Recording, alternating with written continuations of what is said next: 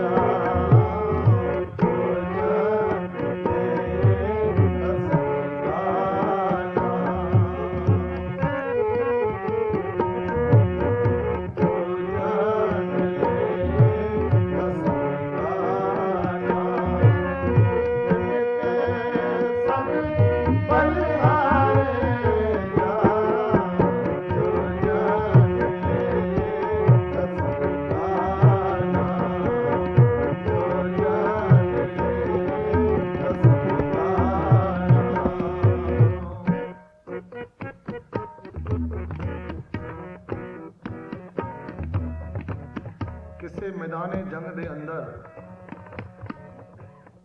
Choose मरदा होवे लोकी उन्होंने बहादुर कहते हैं सूरमा कहते हैं किसी अखाड़े विच वड्डे वड्डे पहलवानां नूं पछाड़ दिंदा होवे वो वड्डा पहलवान गिणिया जांदा है दुनिया विच।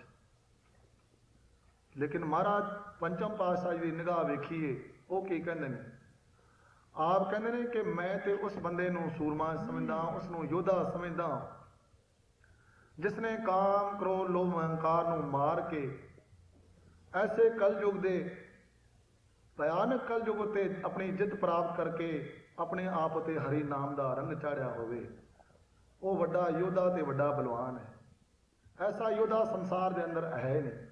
आप फरमांदे ने अपने बाणी अंदर जाको हर रंग लागो इस युग में सो कही है सूरा जाको हर रंग लागो इस युग में सो कहियत है सूरा आत्म जड़े सगल वसता के जाका सब गुण पूरा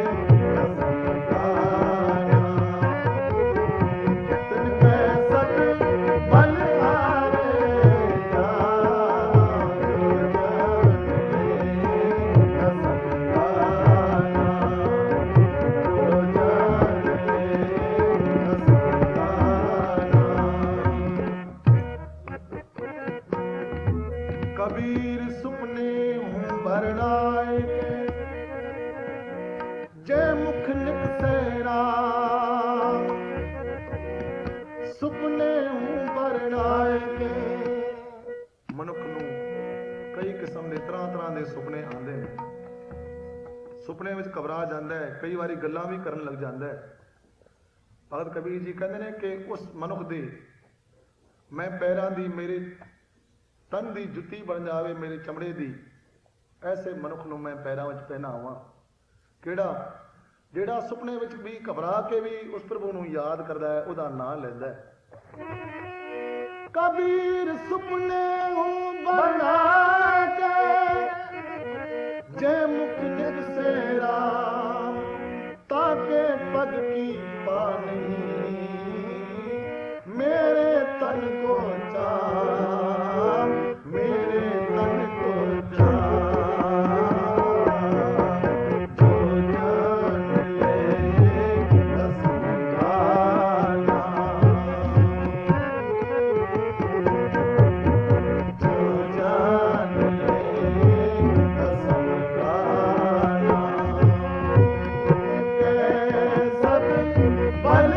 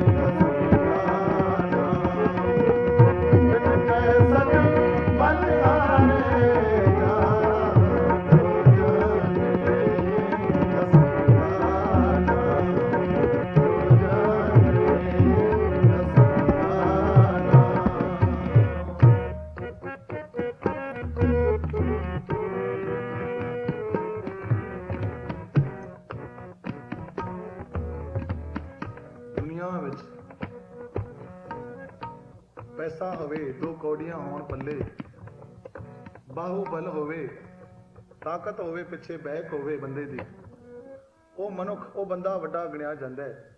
ਦੁਨੀਆ ਸਲਾਮਾਂ ਕਰਦੀ ਹੈ, ਨਮਸਕਾਰਾਂ ਕਰਦੀ ਹੈ ਐਸੇ ਬੰਦੇ ਨੂੰ। ਲੋਕੀ ਕਹਿੰਦੇ ਨੇ ਇੱਜ਼ਤਦਾਰ ਬੰਦਾ ਹੈ। ਠੀਕ ਹੈ, ਇੱਥੇ ਤੇ ਇੱਜ਼ਤ ਕਰਾ ਲਵੇਗਾ ਬਾਹੂਬਲ ਤੇ ਜ਼ੋਰ ਤੇ, ਪੈਸਿਆਂ ਦੇ ਬਲ ਉੱਤੇ, ਲੇਕਿਨ ਅੱਗੇ ਦਰਗਾਹ ਦੇ ਵਿੱਚ ਉਸ ਮਨੁੱਖ ਦੀ ਇੱਜ਼ਤ ਹੁੰਦੀ ਹੈ ਜਿਹੜਾ ਸਵਾਸ ਸਿਮਰਨ ਕਰਦਾ ਹੈ, ਪ੍ਰਭੂ ਦੀ ਭਗਤੀ ਕਰਦਾ ਹੈ, ਉਹਨੂੰ ਯਾਦ ਕਰਦਾ ਹੈ। ਉਹ ਪਰਮਾਤਮਾ ਜਿਸ ਨੂੰ ਚੇਤੇ ਆਉਂਦਾ ਹੈ, ਭਾਵੇਂ ਘਟਿਆ ਜਾਤ ਦਾ ਹੋਵੇ, ਲੋਕੀ ਉਹਨੂੰ ਗਿਣਦੇ ਹੋਣ ਘਟਿਆ ਜਾਤ ਦਾ ਹੈ, ਜੁਲਾਹਾ ਹੈ ਨਾ ਭਗਤ ਕਬੀਰ, ਜੁਲਾਹਾ ਜਿਹਨੂੰ ਨਮਸਕਾਰਾਂ ਕਰਦੇ ਹਾਂ। ਰਹਿੰਦੀ ਦੁਨੀਆ ਤੱਕ ਤਾਂ ਜ਼ਿੰਦਗੀ ਤੱਕ ਦੁਨੀਆ ਨਮਸਕਾਰਾਂ ਕਰਦੀ ਆਈ ਹੈ, ਕਰਦੀ ਆਵੇਗੀ। ਸੂਰਜ ਵਾਂਗ ਉਹਨਾਂ ਦਾ ਨਾਂ ਰੋਸ਼ਨ ਹੈ, ਨਾਮਾ ਛੀਂਬਾ ਹੈ, ਲੇਕਿਨ ਦੁਨੀਆ ਨਮਸਕਾਰਾਂ ਕਰਦੀ ਹੈ। ਜਿੱਥੇ ਆਪਾਂ ਗੁਰੂਆਂ ਨੂੰ ਮੱਥਾ ਟੇਕਦੇ ਹਾਂ, ਨਾਲ ਹੀ ਭਗਤਾਂ ਤੇ ਚਰਨਾਂ ਉੱਤੇ ਮੱਥਾ ਨਿਭ ਜਾਂਦਾ ਹੈ, ਝੁਕਦਾ ਹੈ, ਝੁਕਾਣਾ ਪੈਂਦਾ ਹੈ, ਕਿਉਂਕਿ ਪ੍ਰਭੂ ਦੇ ਭਗਤੀ ਕਰਨ ਵਾਲੇ, ਉਹ ਸਿਮਰਨ ਭਜਨ ਬੰਦਗੀ ਕਰਨ ਵਾਲੇ ਹੋਏ ਨੇ। ਤੇ ਭਗਤ ਜੀ ਫਰਮਾਉਂਦੇ ਨੇ ਆਪਣੇ ਬਾਣੀ ਅੰਦਰ ਕਿ ਮੇਰੀ ਜਾਤ ਨੂੰ ਸਾਰੇ ਹੱਸਣ ਵਾਲੇ ਨੇ। ਭਗਤ ਕਬੀਰ ਜੀ ਕਿ ਮੈਂ ਕਹਿੰਦਾ ਕਿ ਇਹ ਜਾਤ ਐਸੀ ਜਾਤ ਤੇ ਬਲਹਾਰੇ ਜਾਈਏ, ਕੁਰਬਾਨੇ ਜਾਈਏ, ਜਿਸ ਜਾਤ ਨੇ ਪ੍ਰਭੂ ਦਾ ਨਾਮ ਲਿਆ ਹੈ, ਜਿਸ ਜਾਤ ਨੇ ਉਹਦੀ ਭਗਤੀ ਕੀਤੀ ਹੈ। ਮੈਂ ਤੇ ਕਹਿੰਦਾ ਇਹ ਬਹੁਤ ਹੀ ਵੱਡੀ ਜਾਤ ਹੈ, ਉੱਚੀ ਜਾਤ ਹੈ। कबीर मेरी जात को सबको हंसने कबीर मेरी जात को सबको हंसने बलहारी इस जात को जय जप्यो सिरजनहार, जय जप्यो सिरजनहार।